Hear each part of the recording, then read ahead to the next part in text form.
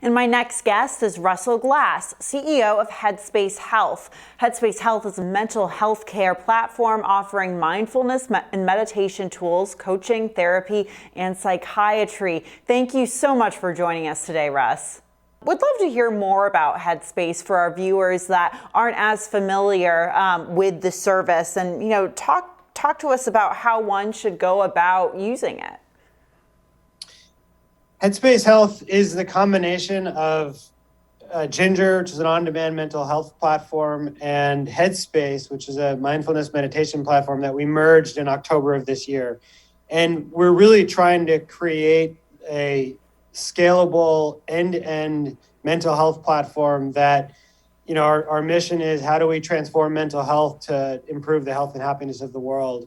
So trying to provide something for everyone, whether it be preventative care all the way to on-demand behavioral health coaching, therapy, and psychiatry.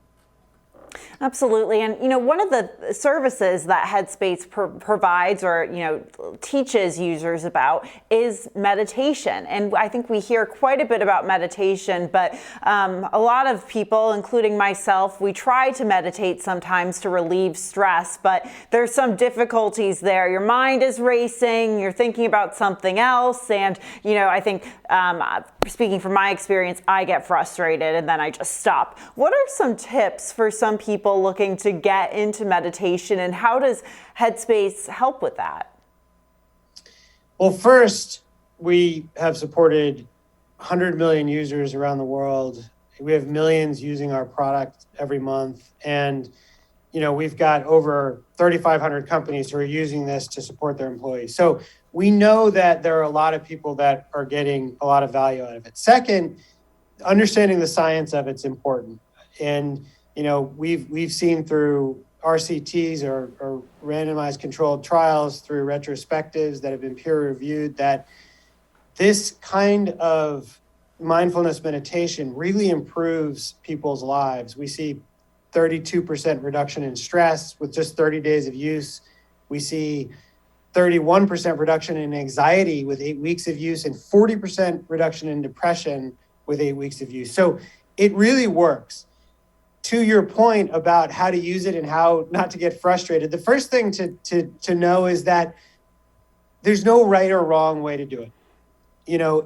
Thoughts come and go. That's part of who we are as humans. We have thoughts that come. And what mindfulness meditation is really trying to train us is that those thoughts are natural and okay. And as they happen, note them that, I'm having thoughts, and put them aside. It's okay to have those thoughts. It's okay to have those emotions. And we're trying to train our mind to be able to put them aside and acknowledge their existence, but then continue on the thing that we wanted to focus on and continue to move forward with the thing that being present and being aware of our current environment. And with very little practice, 5 minutes a day, 10 minutes a day for just a few weeks, this starts to get easier. And over time, you can build this practice and create pathways in the brain that you didn't have before that make this easier. And the downstream effects of that, as I mentioned, are incredible for people. You mentioned providing Headspace to companies and employers using it, and their employees therefore using it. I wanted to ask you about accessibility and how Headspace and other apps, such as I know a lot of people who use the Calm app, for example, how those are really changing the game around accessibility when it comes to mental health care. Well, one of the reasons that we exist and put Headspace Health together is because there's this huge supply-demand imbalance in the world. There are far more people who have a need for care than there are providers to deliver that care. And that has led to, the World Health Organization estimates that of the billion people with a mental health condition today, 70% are not getting support. They're not getting care.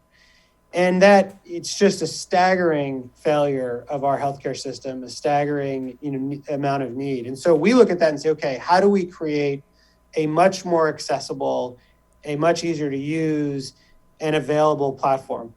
And so Headspace is available to anybody that has a mobile device, can download the app. You can get started with a free trial. We then are providing the behavioral health coaching because it's a much more accessible, within 2 minutes for those employers who are providing this for their employees. Within 2 minutes, they can be connected with a live behavioral health coach. And that coach starts to work with them on the things that they need to take the next step. If they need more care, we have therapists and psychiatrists available via video. And all of a sudden, you end up in an environment where it's much easier to access this, much easier to find the types of provider that might resonate with you, whether that be, a person of color, whether that be a person that speaks Spanish. We have 3 times the number of providers as the national average that identify as BIPOC. We have 6 times the number of providers that identify as Black.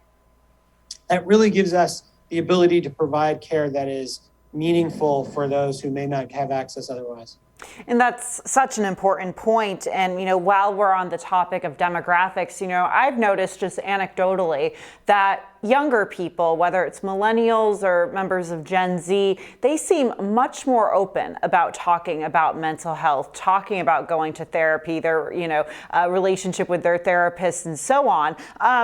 Do you notice, or does Headspace notice any demographic divides when it comes to who's using the app, or is this something that's really transcending those lines and you're seeing people of all ages paying attention to it through the app?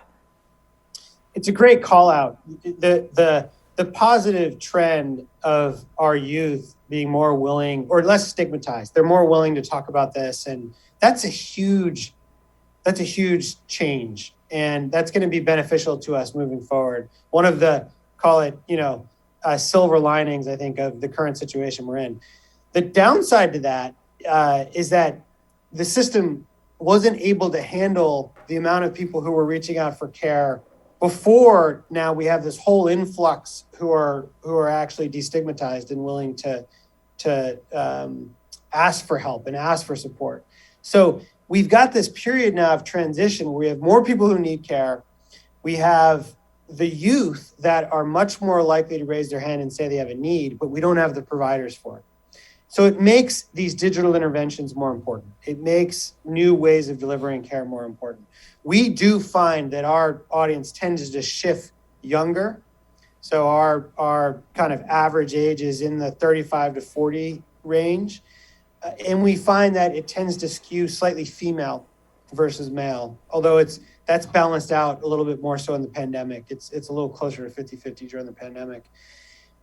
And we have septuagenarians, so we have 70 plus year olds that access our apps all the way down to 13-year-olds that access our app. So it's a pretty wide curve, but it tends to skew younger.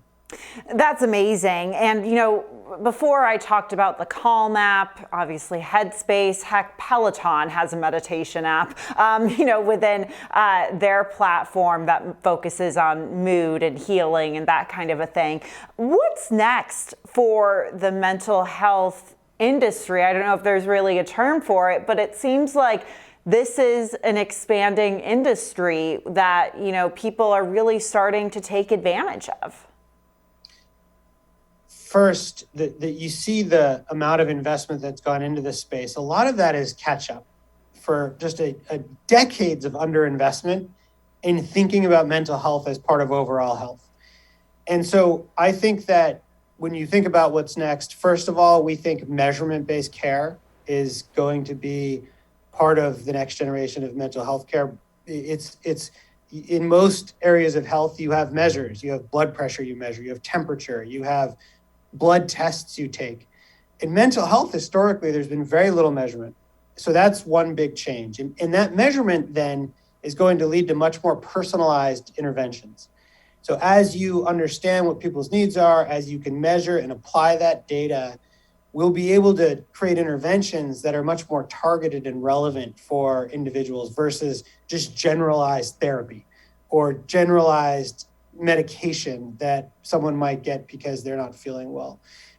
I'm super excited about that. And as we think about where we're going to be innovating, by seeing a full spectrum of members, from people who are coming in because they're just mildly stressed to those who have serious mental illness, And using that data in a privacy sensitive and secure way, we can start to be predictive on what is going to get this person healthy the fastest. And ultimately, that's what this is all about. How do we get people healthy and let them enjoy their lives as much as possible? Well, I'm super excited about where it goes as well, and we'll be keeping an eye out for where Headspace goes in the industry as a whole. I think it's fantastic that more people are talking about mental health and really starting to treat it the same way as physical health, doing those checkups and practicing self-care. Russell Glass, CEO of Headspace Health, thank you so much for joining us here. Thanks for spending time on this topic. So important.